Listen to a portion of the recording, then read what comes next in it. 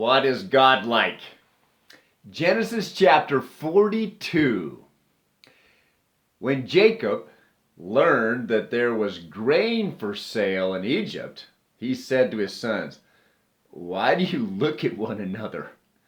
And he said, "Behold, I have heard that there is grain for sale in Egypt. Go down and buy grain for us there, that we may live and not die." So 10 of Joseph's brothers went down to buy grain in Egypt. But Jacob did not send Benjamin, Joseph's brother, with his brothers, for he feared that harm might happen to him.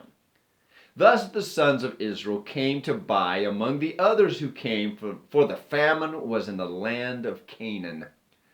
Now Joseph was governor over the land. He was the one who sold to all the people of the land. And Joseph's brothers came and bowed themselves before him with their faces to the ground. Joseph saw his brothers and recognized them, but he treated them like strangers and spoke roughly to them. "Where do you come from?" he said. They said, "From the land of Canaan to buy food." And Joseph recognized his brothers, but they did not recognize him. And Joseph remembered the dreams that he had dreamed of them. And he said to them, "You are spies. You have come to see the nakedness of the land." They said to him, "No, my lord, your servants have come to buy food. We are sons of one man. We are honest men. Your servants have never been spies." He said to them, "No, it's the nakedness of the land that you've come to see." And they said, "We are your servants. We are 12 brothers, the sons of one man in the land of Canaan. And behold, the youngest is this day with our father, and one is no more." But Joseph said to them, "It is as I said to you, you are spies. By this you shall be tested. By the life of Pharaoh, you shall not go from this place unless your youngest brother comes here. Send one of you and let him bring your brother while you remain confined, that your words may be tested, whether there is truth in you. Or else, by the life of Pharaoh, surely you are spies."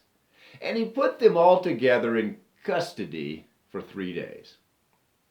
On the third day, Joseph said to them, "Do this and you will live. For I fear God. If you are honest men, let one of your brothers remain confined where you are in custody, and let the rest go and carry grain for the famine of your households. And bring your youngest brother to me, so your words will be verified, and you will not die." And they did so.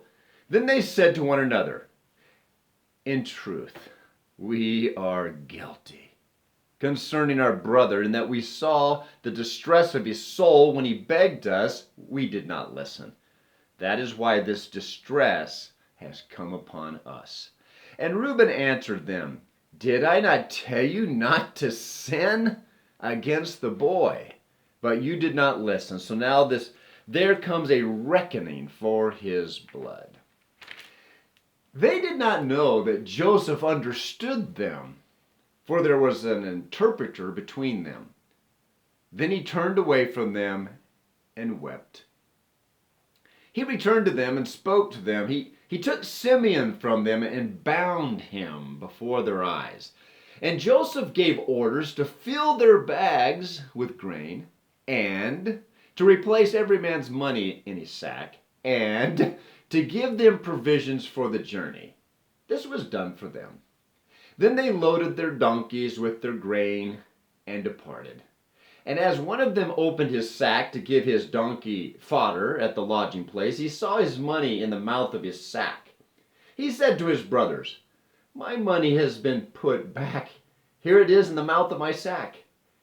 At this their hearts failed them, and they turned trembling to one another, saying, "What is this that God has done to us?"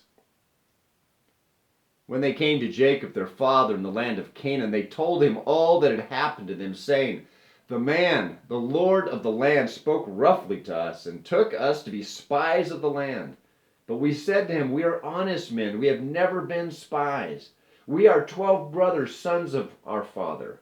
One is no more. And the youngest of this day with our father is in this day with our father in the land of Canaan.' Then the man, the Lord of the land, said to us, 'By this I shall know that you are honest men. Leave one of your brothers with me, and take grain for the famine of your households, and go your way. Bring your youngest brother to me. Then I shall know that you are not spies, but honest men, and I will deliver your brother to you, and you shall trade in the land.' As they emptied their sacks, behold, every man's bundle of money was in his sack.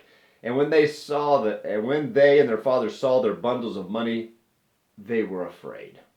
And Jacob their father said to them, 'You have bereaved me of my children. Joseph is no more, and Simeon is no more. And now you would take Benjamin?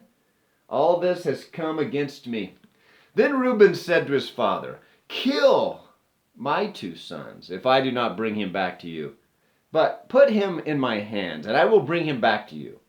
But he said, 'My son shall not go down with you, for his brother is dead, and he is the only one left. If harm should happen to him on the journey that you are to make, you would bring down my gray hairs with sorrow to Sheol.'" What is God like? He is the God who gives great wisdom for financial administration. People will knock on our doors and they will ask for money. Some of them lie, saying the money's for food, but it's really for drugs and alcohol.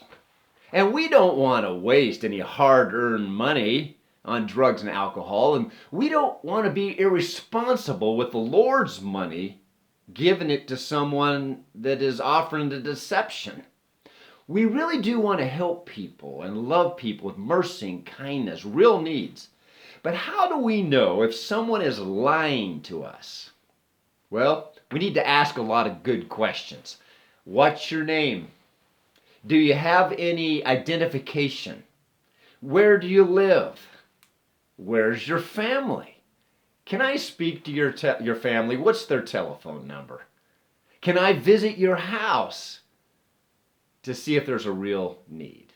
Usually lots of questions will reveal if there's a lie or not, and if we should help or not. Joseph did this with his brothers.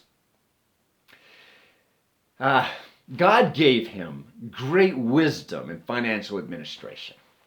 God helped Joseph and Egypt to work hard and to save for 7 years so that they could survive during the next 7 years. And they don't want to waste any grain. So Joseph asked his brothers lots of questions. Where are you from? How do I know that you're not spies?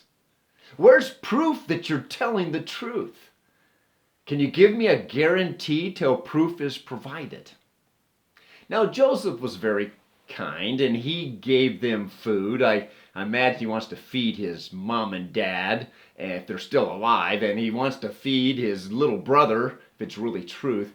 But he helped them with a little, sent them on their way. And by the test he's given them, if they're honest, he's going to help them a whole lot more. And the test really changed his brothers. God gives great wisdom for financial administration, any kind of wisdom for those who ask him. James chapter 1, verse 5.